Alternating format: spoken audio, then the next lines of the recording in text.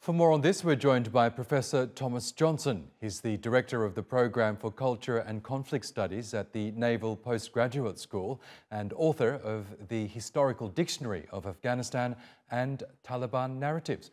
Welcome to the program, Professor. As we heard there, the chaotic withdrawal of US forces from Afghanistan last year is seen by some as Joe Biden's worst foreign policy blunder so far. Do you agree, and how should his administration repair the damage? Yeah, I think that especially considering the months that he had to prepare for withdrawal, I think it was a major mistake.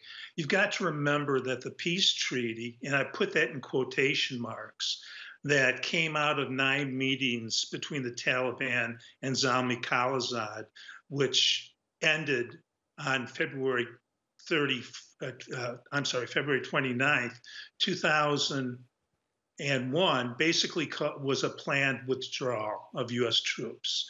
And initially, the peace treaty, and again, I put it in quotation marks because I believe it more was a plan for U.S. withdrawal, was to be completed by May 1.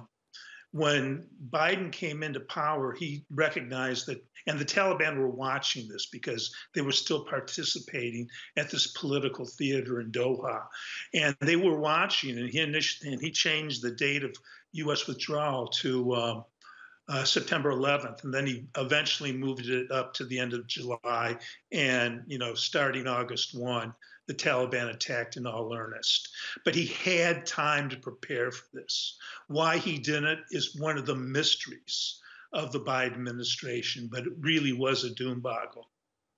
Okay, and Professor, for most teenage girls in Afghanistan, it's been a year since they were barred from going to school under a Taliban directive, and various governments and NGOs have protested the move by cutting funding to the country. But Afghanistan, as we know, desperately needs aid right now. How should donors navigate this situation? Well, that's an excellent question. You've got to understand that every night, every day, 24 million people are hungry. And 70% of the Afghan people under the Islamic Emirate of Afghanistan cannot afford food.